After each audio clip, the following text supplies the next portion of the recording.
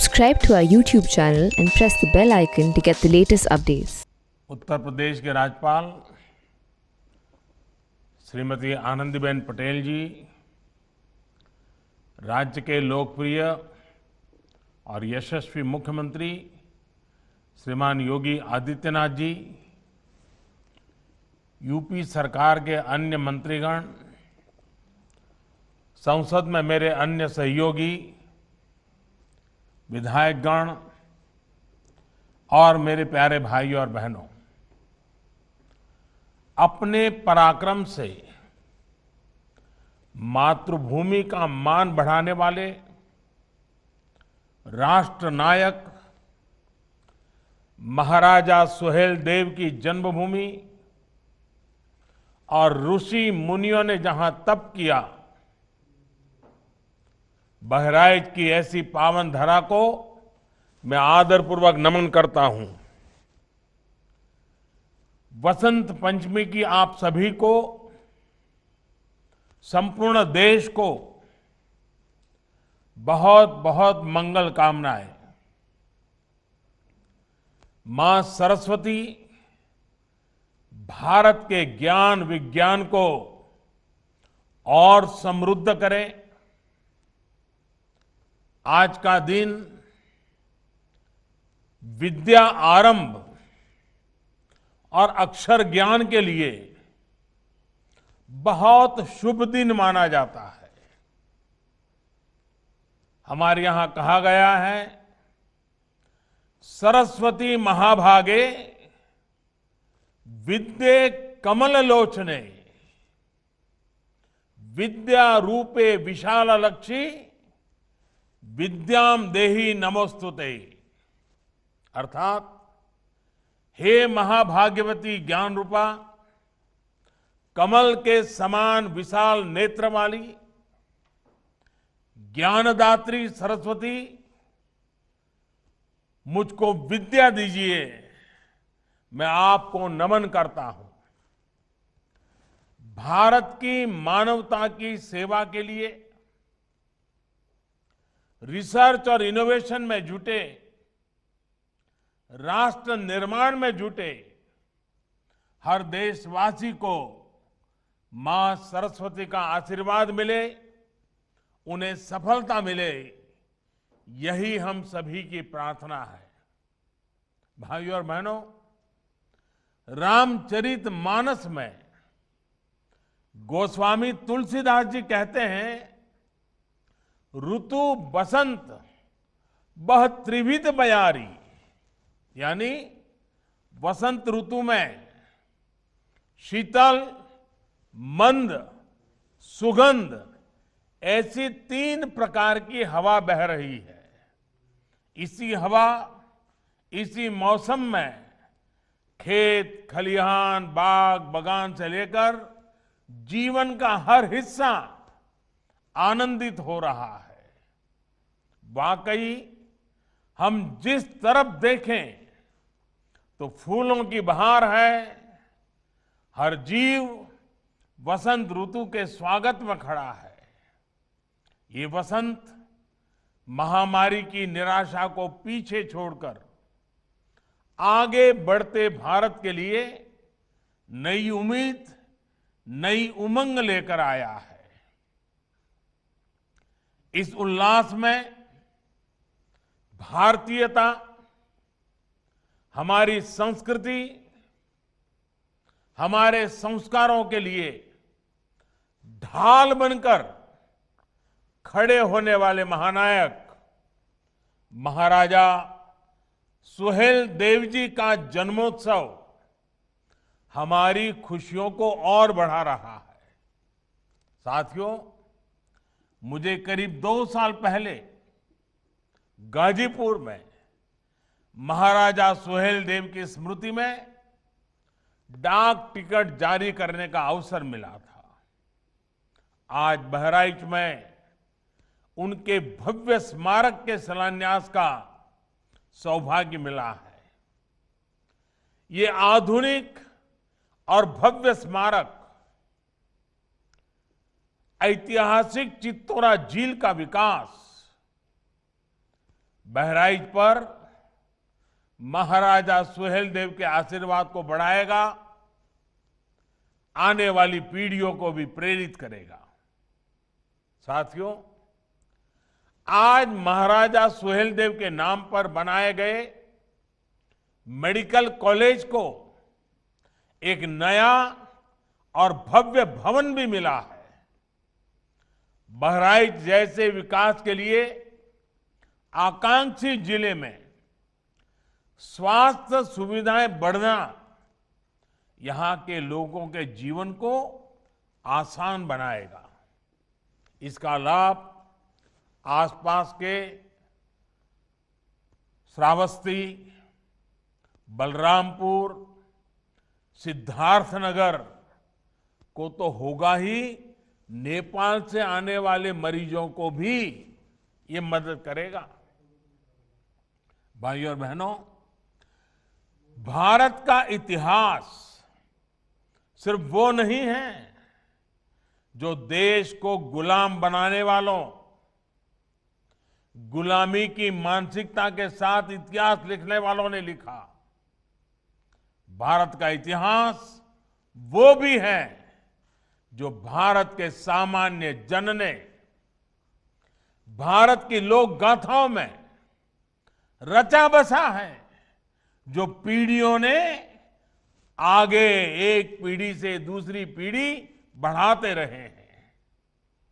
आज जब भारत अपनी आजादी के 75वें वर्ष में प्रवेश कर रहा है, तो ऐसे महापुरुषों का योगदान, उनका त्याग, उनकी तपस्या, उनका संघर्ष, उनकी वीरता, उनकी शहादत, इन सब बातों का स्मरण करना, उनको आदरपूर्वक नमन करना, उनसे प्रेरणा पाना, इससे बड़ा कोई अवसर नहीं हो सकता है। ये दुर्भाग्य है कि भारत और भारतीयता की रक्षा के लिए जिन्होंने जीवन समर्पित कर दिया, ऐसे अनेक नायक नायिकाओं को वो स्थान नहीं दिया गया जिसके वो हकदार थे। इतिहास रचने वालों के साथ इतिहास लिखने के नाम पर हेरफेर करने वालों ने जो अन्याय किया, उसे अब आज का भारत सुधार रहा है, सही कर रहा है, गलतियों से देश को मुक्त कर रहा है। आप देखिए, नेताजी सुभाष चंद्र बोस जो आजाद हिंद सरकार के पहले प्रधानमंत्री थे, क्या उनकी इस पहचान को, आजाद हिंद फौज के योगदान को वो महत्व दिया गया जो महत्व नेताजी को मिलना चाहिए था? आज लाल किले से लेकर अंडमान निकोबार तक उनकी इस पहचान को हमने देश और दुनिया के सामने सशक्त किया है। देश की 500 से ज्यादा रियासतों को एक करने का कठिन कार्य करने वाले सरदार वल्लभ भाई पटेल जी के साथ क्या किया गया, देश का हर बच्चा इस बात को भली भांति जानता है। आज दुनिया की सबसे बड़ी प्रतिमा statue of unity Sardar Patel की है, जो हमें प्रेरणा दे रही है। देश के संविधान देने में अहम भूमिका देने वाले वंचित, पीड़ित, शोषित की आवाज बाबा साहब आंबेडकर को भी सिर्फ राजनीतिक चश्मे से देखा गया। आज भारत से लेकर इंग्लैंड तक डॉक्टर बाबा साहब आंबेडकर से जुड़े स्थानों को पंचतीर्थ के रूप में विकसित किया जा रहा है। साथियों, भारत के ऐसे अनेकों सेनानी हैं जिनके योगदान को अनेक वजहों से मान नहीं दिया गया, पहचान नहीं दी गई। चौरी चौरा के वीरों के साथ जो हुआ, वो क्या हम भूल सकते हैं? महाराजा सुहेलदेव और भारतीयता की रक्षा के लिए उनके प्रयासों के साथ भी यही व्यवहार किया गया। इतिहास की किताबों में भले ही महाराजा सुहेलदेव के शौर्य, पराक्रम, उनकी वीरता को वो स्थान नहीं मिला, लेकिन अवध और तराई से लेकर पूर्वांचल की लोक कथाओं में, लोगों के हृदय में वो हमेशा हमेशा बने रहे। सिर्फ वीरता ही नहीं, एक संवेदनशील और विकासवादी शासक के रूप में उनकी छाप अमिट है। अपने शासनकाल में जिस प्रकार उन्होंने बेहतर रास्तों के लिए, पोखरों तालाबों के लिए, बाग बगीचों और शिक्षा के क्षेत्र में काम जो किया, वो अभूतपूर्व था। उनकी यही सोच इस स्मारक स्थली में भी दिखने वाली है। साथियों, पर्यटक महाराजा सुहेलदेव जी के जीवन से प्रेरित हो सके, इसके लिए उनकी 40 फीट की कांस्य प्रतिमा स्थापित होगी। यहां पर बनने वाले संग्रहालय में महाराजा सुहेलदेव से जुड़ी ऐतिहासिक जानकारियां होगी। इसके भीतर की और आसपास की सड़कों का चौड़ीकरण किया जाएगा। बच्चों के लिए पार्क बनेगा, सभागार होगा, पर्यटकों के लिए आवास गृह, पार्किंग, कैफेटेरिया जैसी अनेक सुविधाओं का निर्माण होगा। इसके साथ साथ जो स्थानीय शिल्पकार है, कलाकार है, वो अपना सामान यहां आसानी से बेच पाए, इसके लिए दुकानों का निर्माण किया जाएगा। इसी तरह चित्तौरा झील पर घाट और सीढ़ियों के निर्माण और सुंदरीकरण से इस ऐतिहासिक झील का महत्व और बढ़ जाएगा। ये सारे प्रयास बहराइच की सुंदरता ही नहीं, सिर्फ सुंदरता बढ़ाएंगे ऐसा नहीं, बल्कि यहां आने वाले पर्यटकों की संख्या में भी वृद्धि करेंगे। मरी मैया की कृपा से ये कार्य जल्द पूरे होंगे। भाइयों और बहनों, बीते कुछ सालों में देश भर में इतिहास, आस्था, अध्यात्म, संस्कृति से जुड़े जितने भी स्मारकों का निर्माण किया जा रहा है, उनका बहुत बड़ा लक्ष्य पर्यटन को बढ़ावा देने का भी है। उत्तर प्रदेश तो पर्यटन और तीर्थाटन दोनों के मामले में समृद्ध भी है और इसकी क्षमताएं भी अपार है। चाहे वह भगवान राम का जन्म स्थान हो, या कृष्ण का वृंदावन हो, भगवान बुद्ध का सारनाथ हो, या फिर काशी विश्वनाथ, संत कबीर का मगहर धाम, या वाराणसी में संत रविदास की जन्मस्थली का आधुनिकीकरण, पूरे प्रदेश में बड़े पैमाने पर काम चल रहा है।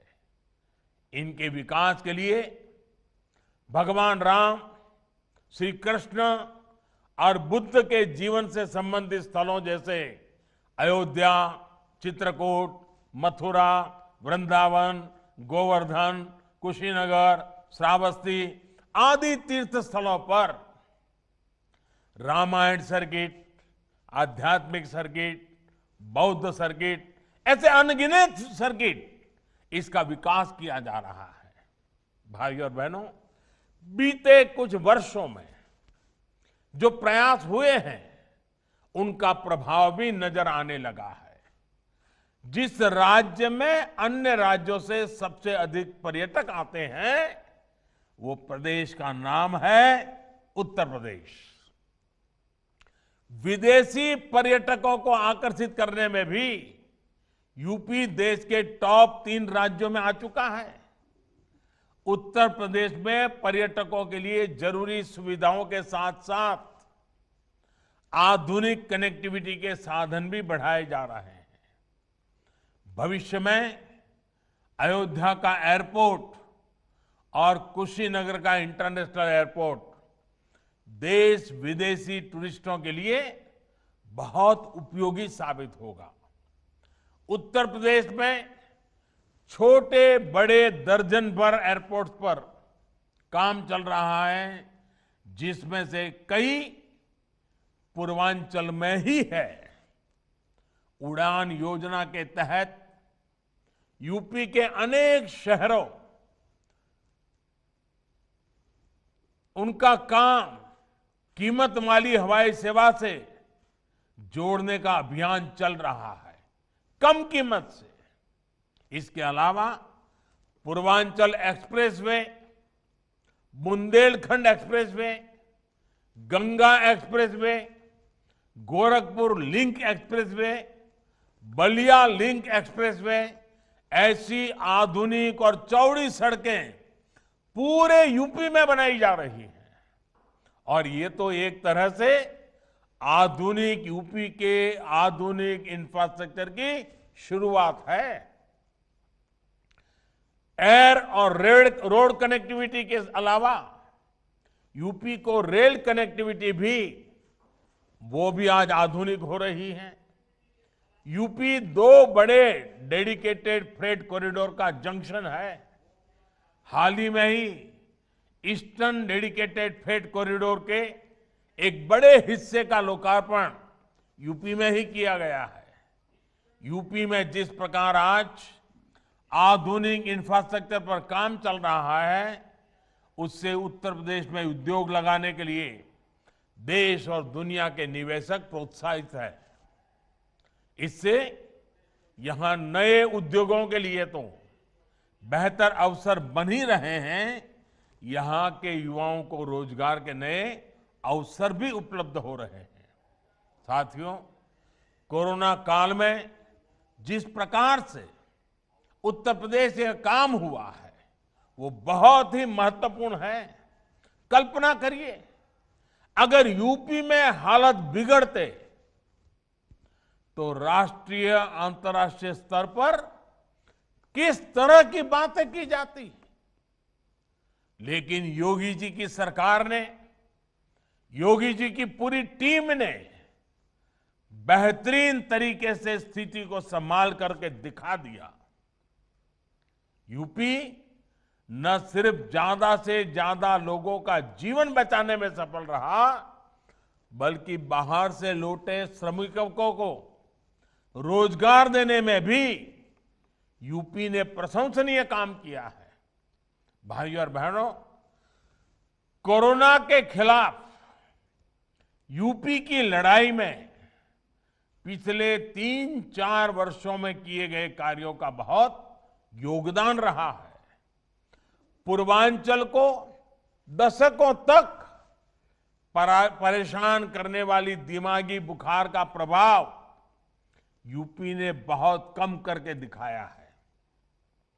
यूपी में 2014 तक 14 मेडिकल कॉलेज थे, जो आज बढ़कर 24 हो चुके हैं। साथ ही गोरखपुर और बरेली में एम्स का भी काम चल रहा है। इनके अलावा 22 नए मेडिकल कॉलेज और बनाए जा रहे हैं। वाराणसी में आधुनिक कैंसर अस्पतालों की सुविधा भी अब पूर्वांचल को मिल रही है। यूपी जल जीवन मिशन यानी हर घर जल पहुंचाने के लिए भी प्रशंसनीय कार्य कर रहा है। जब शुद्ध पीने का पानी घर घर पहुंचेगा तो इससे अनेक बीमारियां वैसे ही कम हो जाएंगी। भाइयों और बहनों, उत्तर प्रदेश में बेहतर होती बिजली, पानी, सड़क और स्वास्थ्य की सुविधाओं का सीधा लाभ गांव, गरीब और किसान को हो रहा है। विशेष तौर पर छोटे किसान जिसके पास बहुत कम जमीन होती है, वो इन योजनाओं के बहुत बड़े लाभार्थी हैं। उत्तर प्रदेश के ऐसे लगभग 2.5 करोड़ किसान परिवारों के बैंक खाते में पीएम किसान सम्मान निधि के माध्यम से सीधे पैसे जमा किए जा चुके हैं। ये वो किसान परिवार हैं जो कभी बिजली का बिल या खाद की बोरी खरीदने के लिए भी दूसरों से कर्ज लेने के लिए मजबूर थे, लेकिन ऐसे छोटे किसानों को हमारी सरकार ने 27,000 करोड़ रुपए से अधिक सीधे ट्रांसफर कर दिए हैं, उनके खाते में जमा कर दिए हैं। यहां किसानों को बिजली न होने की वजह से जो दिक्कतें आती थी, रात रात भर बोरिंग के पानी के लिए जागना पड़ता था, इंतजार करना पड़ता था कि मेरा नंबर कब आएगा। ऐसी तमाम दिक्कतें भी बिजली आपूर्ति सुधरने से अब दूर हो रही है। साथियों, देश की जनसंख्या बढ़ने के साथ खेती की जमीन छोटी से छोटी होती जा रही है। इसलिए देश में किसान उत्पादक संघों का निर्माण बहुत आवश्यक है। आज सरकार छोटे किसानों के हजारों किसान उत्पादक संघ यानी एफपीओ बना रही है। 1-2 बीघा के 500 किसान परिवार जब संगठित होकर बाजार में उतरेंगे तो वो 500,000 बीघा के किसान से भी ज्यादा ताकतवर होंगे। इसी प्रकार किसान रेल के माध्यम से सब्जियां, फल, दूध, मछली और ऐसे अनेक व्यवसायों से जुड़े छोटे किसानों को अब बड़े बाजारों से जोड़ रहा है। जो नए कृषि सुधार किए गए हैं, इनका लाभ भी छोटे और सीमांत किसानों को सबसे अधिक होगा। उत्तर प्रदेश में इन नए कानूनों के बनने के बाद जगह जगह से किसानों के बेहतर अनुभव सामने आने में भी लगे हैं। इन कृषि कानूनों को लेकर भांति भांति का प्रचार करने की कोशिश की गई। ये पूरे देश ने देखा है कि जिन्होंने देश के कृषि बाजार में विदेशी कंपनियों को बुलाने के लिए कानून बनाया, वो आज देसी कंपनियों के नाम पर किसानों को डरा रहे हैं। साथियों, राजनीति के लिए झूठ और अपप्रचार की ये पोल अब स्वयं किसान खोल रहे हैं। नए कानूनों के लागू होने के बावजूद यूपी में इस बार पिछले साल की तुलना में 2 गुने किसानों का धान खरीदा गया। इस बार करीब 65 लाख मैट्रिक टन की खरीद यूपी में हो चुकी है, जो बीते साल की तुलना में लगभग 2 गुनी है। यही नहीं, योगी जी की सरकार गन्ना किसानों तक भी बीते सालों में 1 लाख करोड़ रुपए से अधिक पहुंचा चुकी है। कोरोना काल में भी गन्ना किसानों को दिक्कत ना आए, इसके लिए हर संभव मदद दी गई है।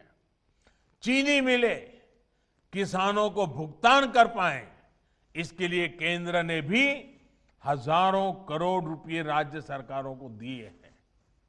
गन्ना किसानों का भुगतान समय पर होता रहे, इसके लिए योगी जी की सरकार के प्रयास जारी है।